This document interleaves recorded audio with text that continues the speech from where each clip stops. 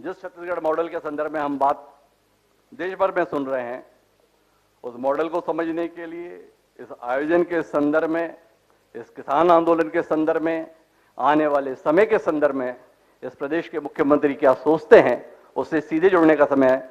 मैं बहुत सम्मान के साथ इस प्रदेश के मुख्यमंत्री माननीय भूपेश बघेल जी को आमंत्रित करता हूं संबोधित करने के लिए, और चाहूंगा जोरदार तालियों से हम उनका स्वागत करें।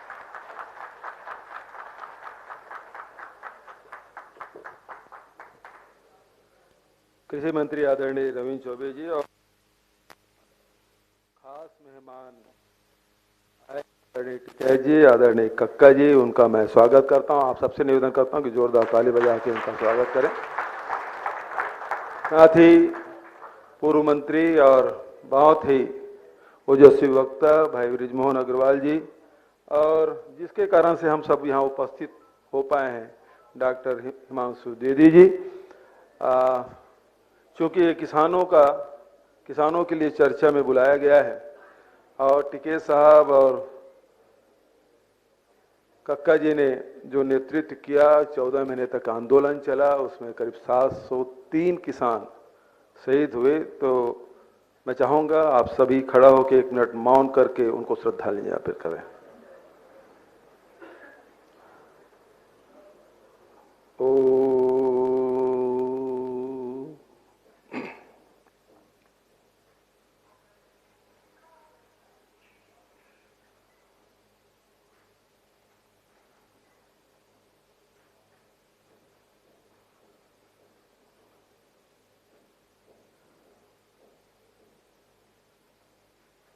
ओम शांति शांति। ये रिकॉर्डिंग के लिए किसी का है?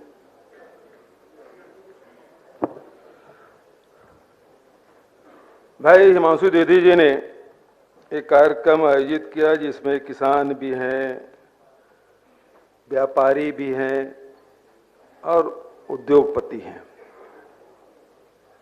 तीनों को आमंत्रित किया, तीनों की बातें भी सुनी गई। मेरे सामने बहुत सारे चेहरे हैं जो अलग अलग वर्ग में, अलग अलग क्षेत्रों में काम करते हैं। कृषि क्षेत्र में है, राजनीतिक क्षेत्र में है, हमारे चेंबर ऑफ कॉमर्स के अध्यक्ष भी हैं, उद्योग जगत के लोग भी हैं। मैं सबका अभिनंदन करता हूं, स्वागत करता हूं। पत्रकार साथियों, ये गुस्ताखी केवल हिमांशु द्विवेदी ही कर सकते हैं कि ऐसे बुलाया जाए,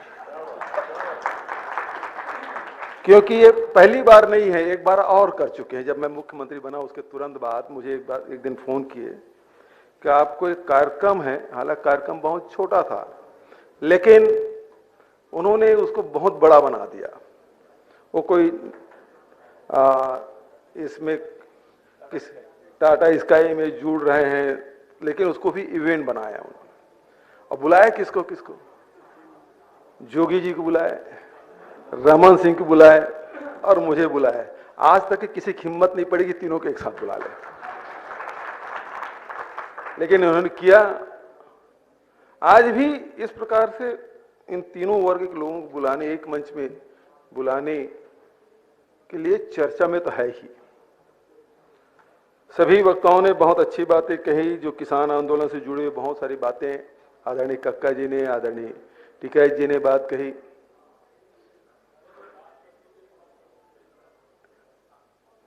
बात किसानों की है, बात अर्थव्यवस्था की है, बात हम सबके जीवन से जुड़ा हुआ भी है।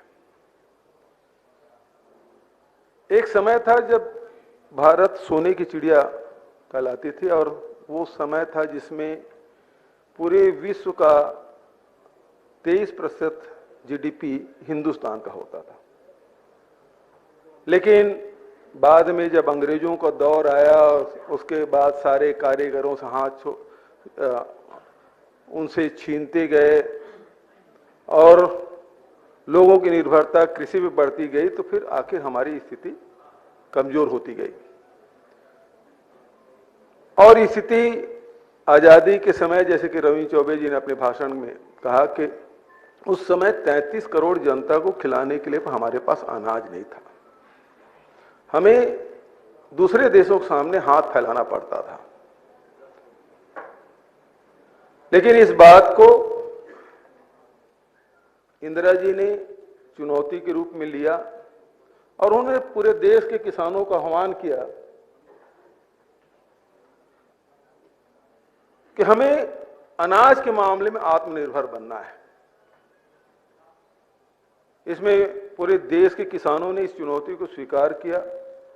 पंजाब, हरियाणा, पश्चिम उत्तर प्रदेश, सभी प्रदेश के, हमारे छत्तीसगढ़ में भी पहले धना का रकबा कम होता था, उन्हारी का रकबा ज्यादा होता था, फिर धान की खेती में बढ़ोतरी की गई। जो 60-40 का रेशियो रहता था उसे समझ लीजिए अब तो 90-10 का रेशियो हो गया है।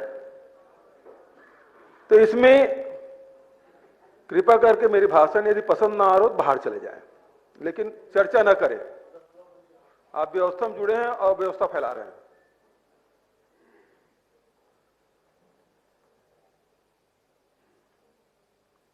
किसानों ने इस चुनौती को स्वीकार किया और अनाज के मामले में देश को आत्मनिर्भर बनाया। वही दौर है जिसके बारे में आदरणीय टिकैत जी ने बात कही कि 67 में ही एमएसपी घोषित हुआ। क्यों? इसलिए कि उससे कम कीमत यदि बाजार में बिके तो सरकार खरीद लेगी। हमारे यहाँ मंडियों में आदरणीय साहू जी बैठे हैं, जनकलाल भैया बैठे हैं, और जो मेरे से उम्र में हैं या मेरे से बड़े हैं वो बेहतर जानते हैं कि वो दौर में व्यापारी समर्थन मूल्य से अधिक में ही खरीदते थे। यदि कम बिके तो सरकार खरीद लेती थी, राज्य सरकारें खरीदती थी समर्थन मूल्य में। वो 70 के दशक में करीब 80 तक ये चला। लेकिन जैसे जैसे आधुनिकीकरण हुआ, मशीनीकरण हुआ, हाइब्रिड के दौर आए, अनाज में भी, फल में, सब्जी में, सब में हाइब्रिड का जमाना आया। उत्पादन इतना बढ़ा, टेक्नोलॉजी आया, हमारे कृषि वैज्ञानिकों ने मेहनत की, इतना उत्पादन बढ़ गया कि अब सरकार के सामने समस्या है। जैसे सरकार के सामने जनसंख्या समस्या है, उसी प्रकार से कृषि उत्पाद भी सरकार के लिए समस्या बन गया। यदि ये समस्या सरकार नहीं बनने देती तो आदरणीय टिकैत जी, आदरणीय कक्का जी को आंदोलन करने की जरूरत नहीं थी। इसका निदान क्या है? जैसे कि आदरणीय बृजमोहन जी जो बात कर रहे थे ना कि हमको समग्रता के हिसाब से सोचना पड़ेगा, समग्र होकर काम करने की आवश्यकता है। केवल किसान की बात नहीं है, सबके बारे में सोचना होगा। बिल्कुल सही कहा। हमने छत्तीसगढ़ में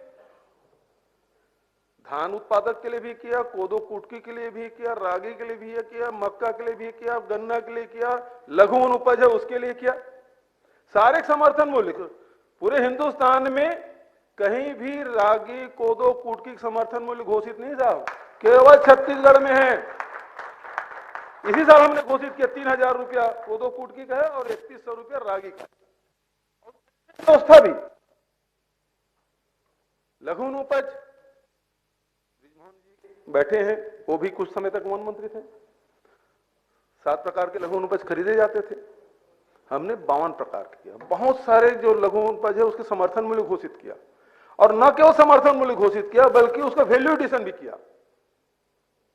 पहले तो महुआ से केवल शराब ही बनती थी, लोग यही जानते हैं, लेकिन महुआ का लड्डू, एनर्जी बार, उसके सॉफ्ट ड्रिंक ये भी बनाना शुरू किया।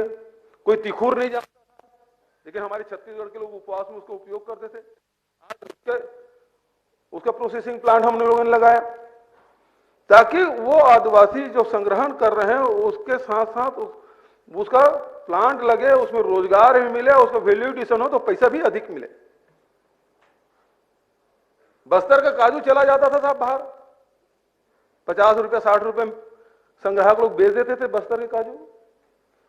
प्रोसेसिंग यूनिट 1998 से बना हुआ है बकावंड में, उसका उपयोग ही नहीं था। हमने कहा उसका चलिए 100 रुपये किलो पहले खरीद लीजिए, प्रोसेसिंग करिए। 200-300 महिलाएं रोज उसमें काम में मिल रहा है। 5000 क्विंटल हमने इकट्ठा किया पिछले साल, प्रोसेसिंग किए, और वो काजू है 300 रुपये से लेकर 1800 रुपये किलो में बिक रहा है बस्तर काजू के नाम से। तो ये हम केवल धान के लिए नहीं कर रहे हैं, ये जितने भी हमारे उत्पाद हैं, चाहे वो कृषि से जुड़ा हो, चाहे वनोपज हो, 4000 प्रति मानक वर्ग हिंदुस्तान में किसी पर नहीं, तेंदुपत्ता की कीमत केवल छत्तीसगढ़ में। यह इसलिए किया जा रहा है कि यदि अर्थव्यवस्था को आपको संचालित करना है, यदि उद्योग है, तो उद्योग का पहिया तब घूमेगा जब उसको व्यापारी लोग उसके सामान को खरीदेंगे, तब उद्योग चलेगा। व्यापारी का सामान उसके गोडाउन में है, वो तब बिकेगा जब क्रेता की जेब में पैसा होगा। टिकैत साहब, मैं बताऊंगा, 3 साल पहले जब मुख्यमंत्री बना तो व्यापारी समाज के लोग मेरे सम्मान में कार्यक्रम किए तो अब बृजमोहन भैया बोलते हैं कि सरकार के खिलाफ कौन बोल पाएगा। अब 3 महीना बीता नहीं था, अमर परवानी जी उस मंच में थे। सिंधी समाज के एक व्यक्ति खड़ा हुआ, उन्होंने भाषण दिया था कि साहब आपने 400 यूनिट तक की बिजली बिल आधा दे दिया सबको, 39 लाख परिवार को देने 400 यूनिट तक बिजली। किसानों के बिजली 6000 और 7500 यूनिट तक के माफ करके रखा है। 2500 रुपये क्विंटल में आप धान खरीद रहे हैं, 35 किलो चावल हर परिवार को आप दे रहे हैं। हमारे लिए आपने क्या किया? ये 3 महीने के भीतर भी उस समय तो 68 के बहुमत से 3/4 जीते थे साहब।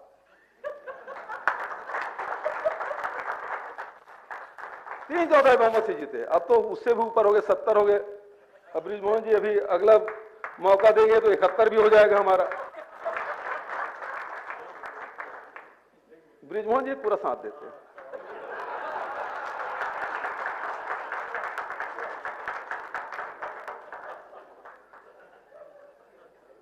व्यापारी मुझसे सीधा पूछा कि आपने हमारे लिए क्या किया? आपके मजदूर के लिए कर लिए, किसान के लिए कर लिए, जंगल में रहने वालों के लिए कर लिए, हमारे लिए क्या किया? और एक नहीं 2-3 व्यापारियों ने सवाल उठाया और बिल्कुल वाजिब बात है।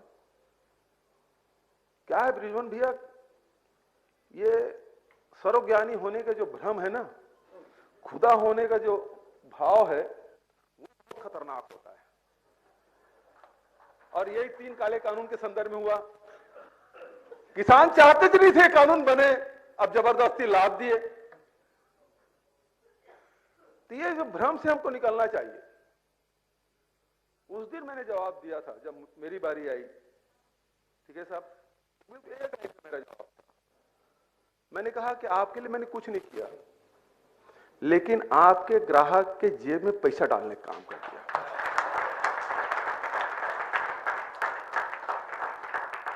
मैं माइक में था, नीचे से आवाज आई, वो जितने पैसे डाले भैया वो सब सराफा दुकान में जा रहे हैं, सब सोना चांदी खरीद रहे हैं, हमारे दुकान में कोई नहीं आ रहा है। मैंने कहा बिल्कुल आप ठीक कर रहे हैं। यदि आपको व्यापार में साल भर में हिसाब किताब करते हैं और उसके बाद जब लाभ होता तो आप पहले काम क्या करते हैं? तो बीबी के लिए जेवर खरीदता हूं। तो मैं किसान भी वही कर रहा है भाई, तो उसे क्या गलती है? किसान भी वही कर रहा है। तो ये अर्थव्यवस्था को यदि हिंदुस्तान के बचाना है तो आपको जनता के जेब में पैसा डालना पड़ेगा, और किसान सबसे बड़ा वर्ग हिंदुस्तान में। अब सवाल यह आता है, आज समस्या है, एक समय था इंदिरा जी के समय जब अनाज नहीं था, आज मोदी जी के सामने समस्या है कि अनाज अधिक हो गया। 3 साल तक के यदि हिंदुस्तान में सूखा भी पड़ जाए तो किसानों ने इतना उत्पादन कर दिया है कि भूखे कोई नहीं मरेगा, इतना उत्पादन करके एफसीआई गोडाउन में जमा कर दिया। आज समस्या दूसरी प्रकार की है, लेकिन दुर्भाग्य बृजमोहन भैया कि कोई सुनने को तैयार नहीं है। मेरी सरकार बने 3 साल हो गए, जैसे अभी हिमांशु जी ने कहा, अभी तो दिन भी गिनते रहते हैं। अब 3 साल, अब 3 दिन हुआ। पहले 2.5 साल के बाद गिनते थे कि अब 2.5 साल होने में 6 महीने बचे, 3 महीने बचे हैं। अब 3 साल हो गया तो फिर बताएं कि 3 दिन और हो गया।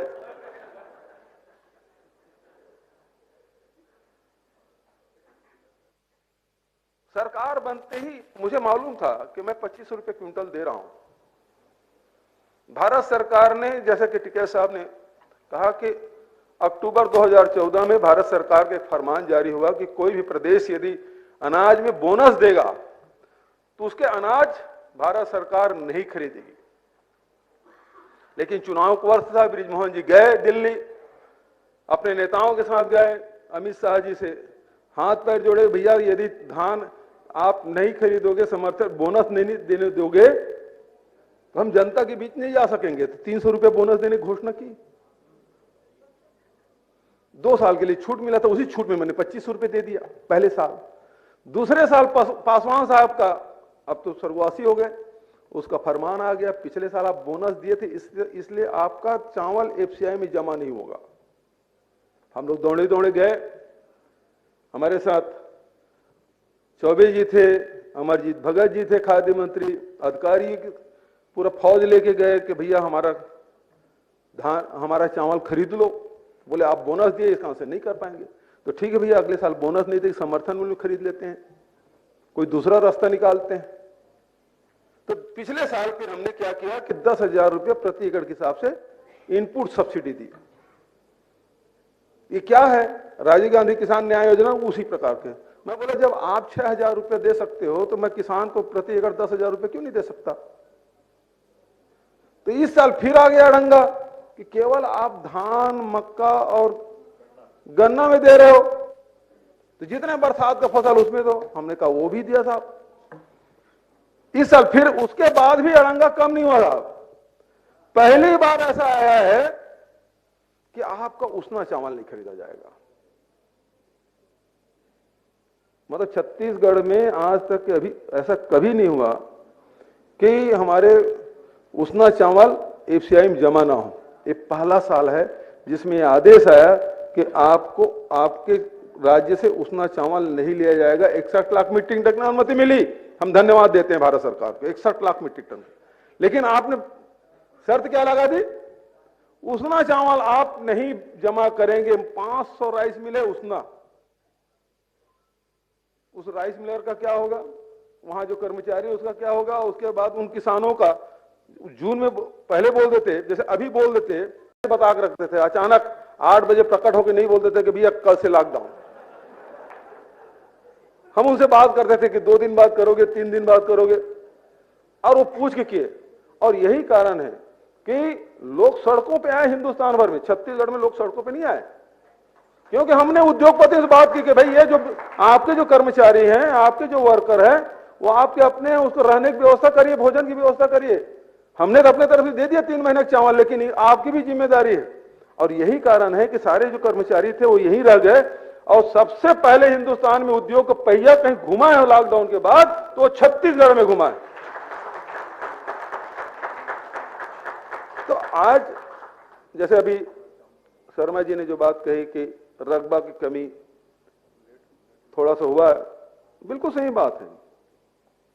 मैं भी किसानों में जानता हूं, मैं बड़ा किसान हूं, तो मैं ये भी जानता हूं कि रकबा धान कितना बोए हैं, कितने में आम का बगीचा है, कितना तालाब है, कितना पानी के नीचे है, कितना जमीन वो धरसम निकला हुआ है, शमशान घाट में तो नहीं है, कि गौठान में तो नहीं है, चारा गांव में तो नहीं। ये सारे जमीन अब मेरे नाम से, लेकिन लगान भी पटा रहा हूं, लेकिन जमीन तो चारा गांव की है। अब उसमें भी धान बेच रहा हूं साहब, तो कैसे होगा? मैं चारा गाय, अब मेरे बगीचा मान लो 2 एकड़ का आम का बगीचा, अब उसके नाम से मैं धान बेचूंगा तो उसी कटौती हो रही। हो सकता है किसी किसान का, किसी पटवारी ने नहीं समझा होगा शासन के आदेश, तो मेड़ को भी काट दिया, वो गलत है। मेड़ कटा, हम तो उसको संशोधन करने के लिए भी कहा, नहीं कटा, नहीं संशोधन हो तो फिर से सुधार करने के लिए बोलेंगे। हम किसान का हित नहीं होने देंगे। लेकिन यह है कि किसान के नाम से बेजा लाभ उठाने वाले भी लाभ भी हम नहीं देना चाहते। तो किसान के नाम से कुछ भी कर लें ऐसा थोड़ी है, ये तो रोकना पड़ेगा। हमारे साथ दिक्कत यह है कि हमारे हम खरीदते हैं तो हमारे पड़ोसी राज्य से धान आ जाता है साहब, लेकिन इस साल अभी तक के नहीं आया। किसान भी समझ रहे हैं कि हम अपने खाते से दूसरे पड़ोसी राज्य के अपने रिश्तेदार भले हों, लेकिन उसका धान नहीं बेचेंगे। लेकिन आज तारीख तक, आज 20 तारीख है, हम 1 दिसंबर से धान खरीदी शुरू किए। अभी 32 लाख मीट्रिक टन धान खरीदी कर चुके हैं। 32 लाख, हमारा 1 करोड़ 5 लाख मीट्रिक टन का लक्ष्य है। और 32 लाख मीट्रिक टन केवल, अब 2-3 तो संडे निकल गया, फिर भी इतने दिन में इतनी बढ़िया व्यवस्था।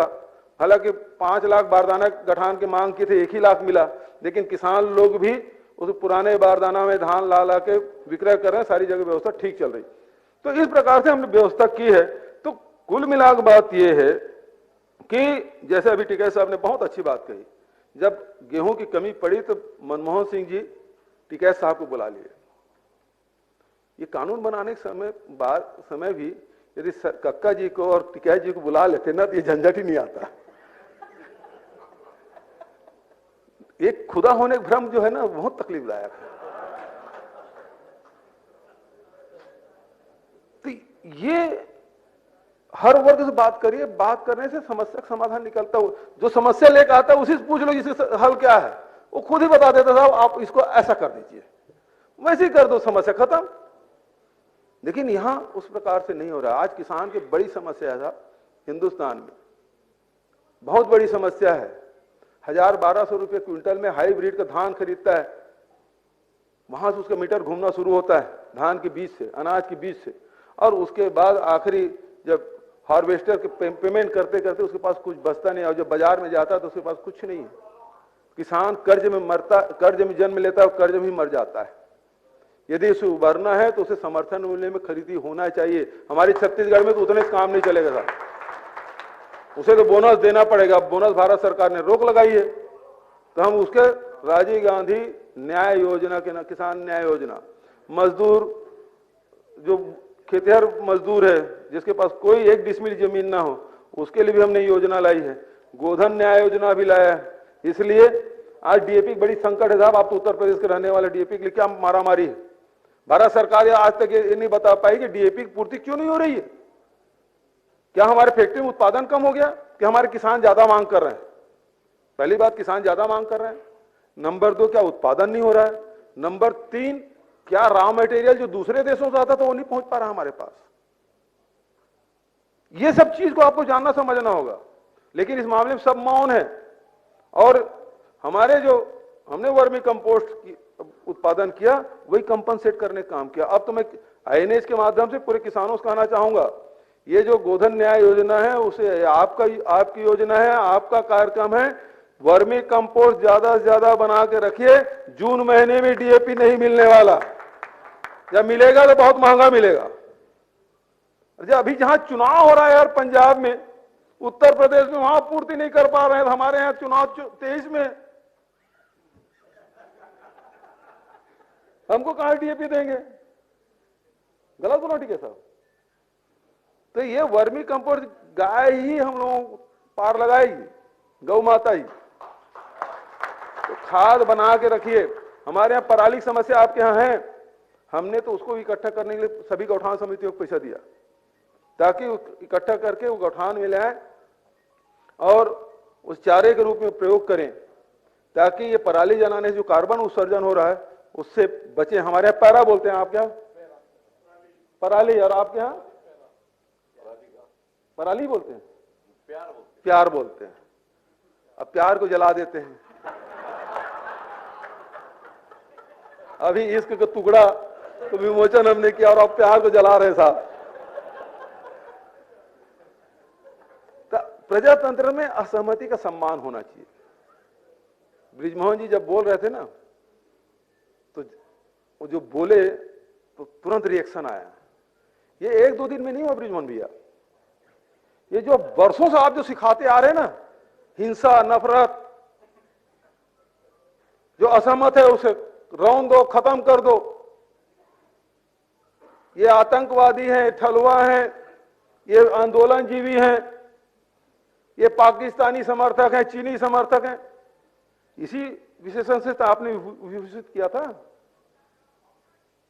तो असहमति का सम्मान तो होना चाहिए। जब आप चाहते हैं कि मेरी बात सुने तो आपको वातावरण बनाना होगा। यही इस देश की जरूरत है। हिंदुस्तान में यही महात्मा गांधी ने किया, यही काम सारे हमारे ऋषि मुनियों ने किया। जिस ऋषि परंपरा की बात टिकैत जी कह रहे थे, यही हमारी हिंदुस्तान की परंपरा है। इतने सारे हमारे यही देश है जहां 8 प्रकार के आपके दर्शन मिलेंगे। तो असहमति होगी तभी दूसरा दर्शन आया होगा। वेद आया, उपनिषद आया, बौद्ध आया, जैन है, शंकराचार्य जी आए, कबीर, गुरु नानक देव आए। तो एक दर्शन से असहमत हुए तो दूसरा दर्शन आया। तो असहमति का सम्मान तो रहा नहीं हिंदुस्तान में। ये हजारों साल से हमारी परंपरा है। अब उसको आप भक्तों के माध्यम से समाप्त कर देना चाहते साहब, ये गलत है। और वो भक्तों के कारण से रिएक्शन आ रहा है, ये बिल्कुल नहीं होना चाहिए। तो मैं असहमति के सम्मान, ये मोर भक्त नो है, ये गलत बात है, ये गलत बात है। अब वीरेंद्र पांडे जी मेरे भक्त कैसे हो सकते हैं, या जनक ठाकुर जी कैसे हो सकते हैं? वो पर विरोध नहीं करते। अच्छा, बजरंग अग्रवाल जी कैसे हो सकते हैं बताइए मुझे? और एटी वाले कैसे हो सकते हैं? वो थोड़ी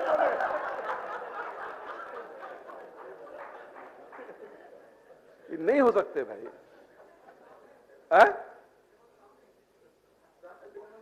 शांत से मौन समर्थन तो नहीं कर रहे ना।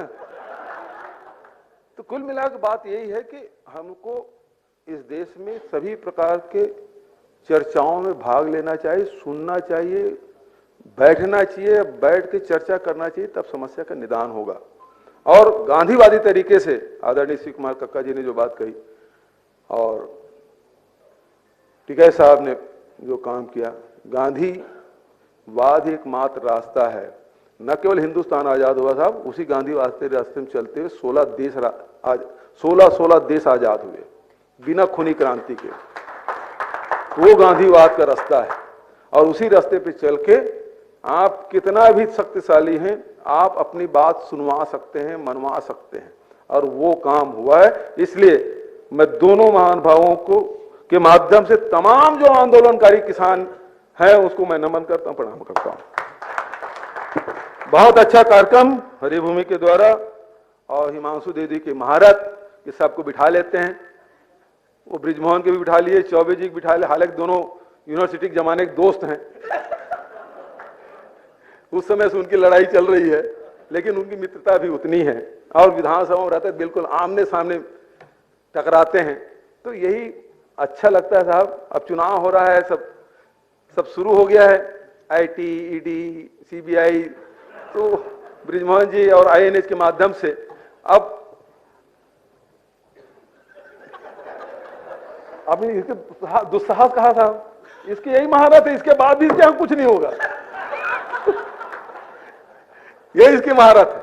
मैं इन्हीं शब्दों के साथ पुनः सभी आप सब जो किसान भाई आए हैं, जो व्यापारी वर्ग के आए हैं, जो उद्योग जगत से आए हैं, सबको नमस्कार करते हुए, सबको प्रणाम करते हुए, और आदरणीय टिकैत साहब, आदरणीय श्री कुमार कक्का जी पधारे हैं, मैं उनका भी हृदय से धन्यवाद देते हुए छत्तीसगढ़ के धर्म आए, उनका आभार कि आपने समय निकाला। आभार का कार्यक्रम तो हिमांशु जी का है, लेकिन फिर भी छत्तीसगढ़ के प्रथम सेवक होने के नाते मैं आप सबका, आप दोनों का आभार व्यक्त करता हूं। और बहुत अच्छा संवाद रहा, और अच्छे इसको सकारात्मक दिशा में ले चलें इस संवाद को, और इसे पूरे, ये जो शुरुआत हुई छत्तीसगढ़ से, ये पूरे देश में फैले, एक विमर्श खड़ा हो और उसके माध्यम से किसी निष्कर्ष में पहुंचे। यही कहते हुए अपनी बात में समाप्त करता हूं। धन्यवाद। जय हिंद, जय छत्तीसगढ़।